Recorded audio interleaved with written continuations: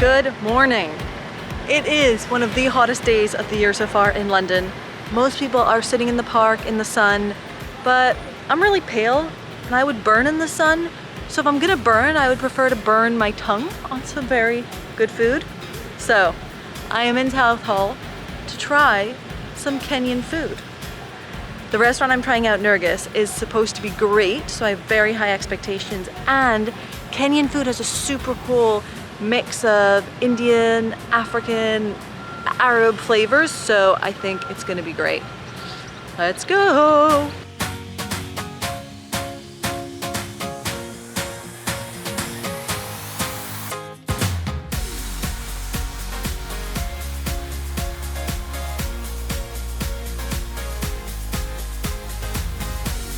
One of the reasons that I really wanted to try East African food and come and eat at Nargis is that my stepfather is from Uganda, but I didn't really know about the kind of East African cuisine that is influenced by not only African culture and food, and also the East Asian and Indian immigration into East Africa. Hi, how are you? That's my wife. Nice to meet you. Thank you so much for having me.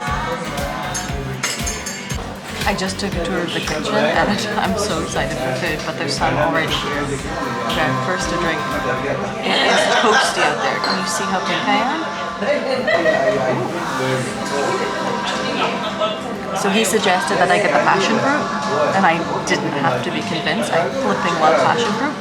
And there's like a passion fruit juice, and it's sweet and a little bit salty. I knew passion fruit juice could be salty. There are a lot of reasons why I wanted to come to this restaurant, but one of them, and a reason I had to come on the weekend, was for these. Oh my gosh, Lonely Planet lists them as one of the best breakfast dishes, and they only serve them on the weekend here, so I had to come. It's a mandazi. I think I'm pronouncing that kind of right. And it comes with this kind of coconut curry thing, and you dip this like not too sweet spiced donut into a coconut bean curry, and is there a better breakfast dish out there? Okay, I haven't even eaten it yet, and I'm already like waxing poetic.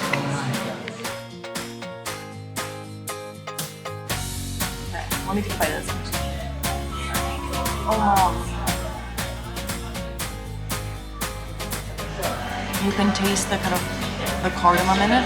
Flipping love cardamom. And then you dip it in here. I think. Someone correct me on the internet if I'm wrong. Oh my good God.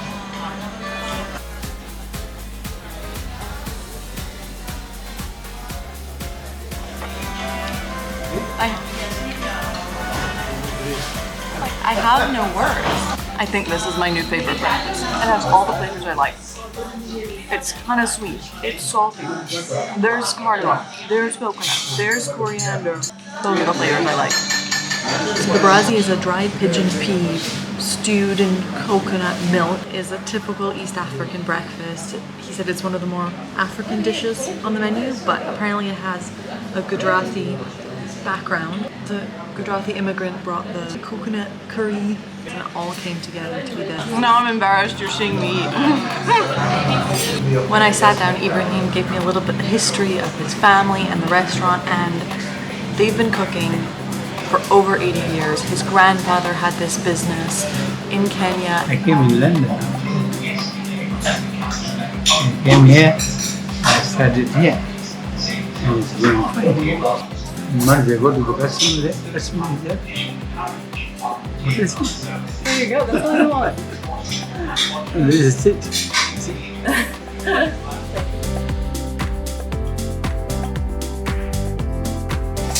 Status update. A chutney tray has just been dropped off at the table.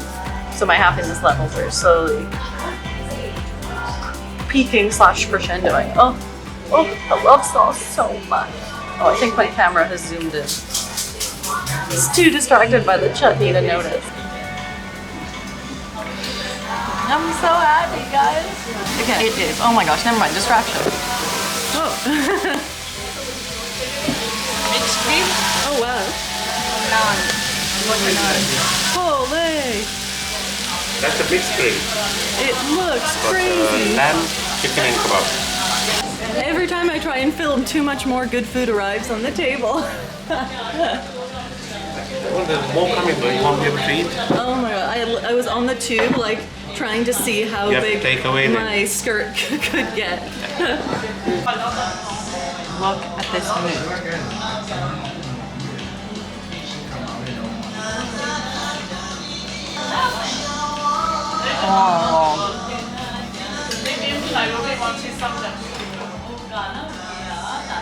Oh, but look at this kebab. Oh, you can see the chilies and spice in the meat. It is so spiced and I love it. Because normally, just plain meat isn't my favorite. I'm a more is more kind of girl. You know, I want spices on spices on spices. This is good quality meat with a lot of spice and flavor, which is just what I want in life. Ibrahim was saying that his grandfather was one of the original people to start doing this type of barbecue in Kenya. The recipe has been passed down from generations, and so it's the same recipe that's just been made for years because they perfected it in that time. I started barbecue in 1960, and I was the only one fellow in Kenya who do the barbecue. Depend on the hands. How do you do? And how many spices you are putting in. Nyama choma means roasted meat in Swahili, and oh, is this meat roasted well? The Lonely Planet even says that it doesn't get enough credit. It says that Kenya has some of the best barbecue in the world, but it's not as famous as it should be. And I now agree. That has got to be just as good as Texas barbecue. I mean, Texas barbecue doesn't have any masala in it, so, you know.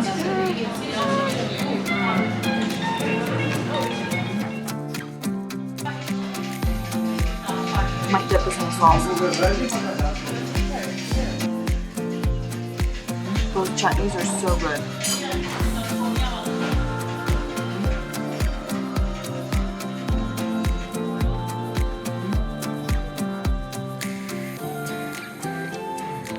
These chips, oh my god, they're insane.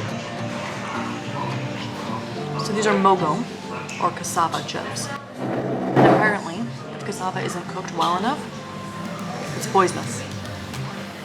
This is cooked well enough. Oh, that was a good one. They're kind of starchier and thicker than a potato, and sometimes they can be too dry, but these aren't. Cassava is also the third most eaten starch in the world. Did you know that? No, you know, Bill.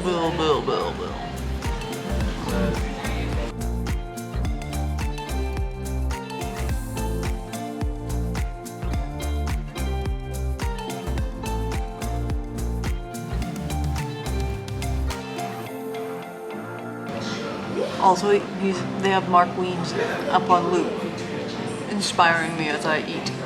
There's videos up there.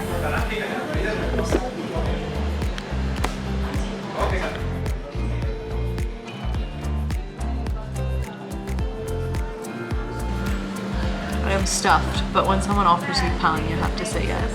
Thank you so much.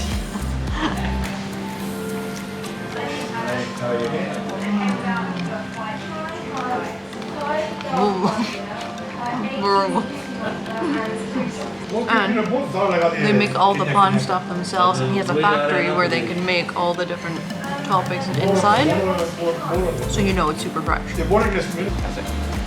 So good.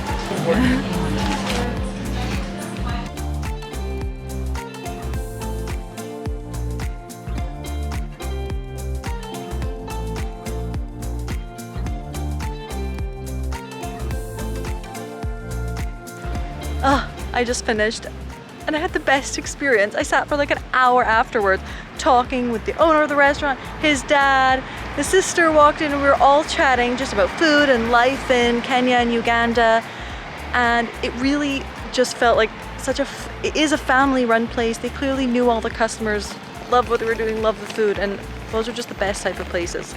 Thank you so much for watching. Remember to check out Nargis Restaurant on Instagram and me on Instagram, and like and subscribe. See you next time.